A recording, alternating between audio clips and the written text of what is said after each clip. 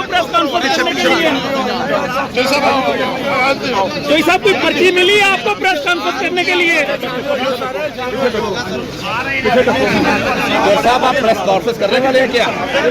तो साहब का प्रेस क्लब जाएंगे आप?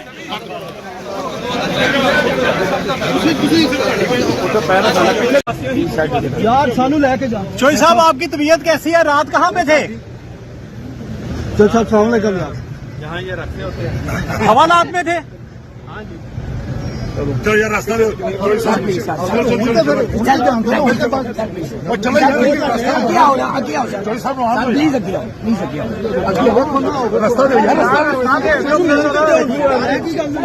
पीटीआई छोड़ रहे हैं कि नहीं?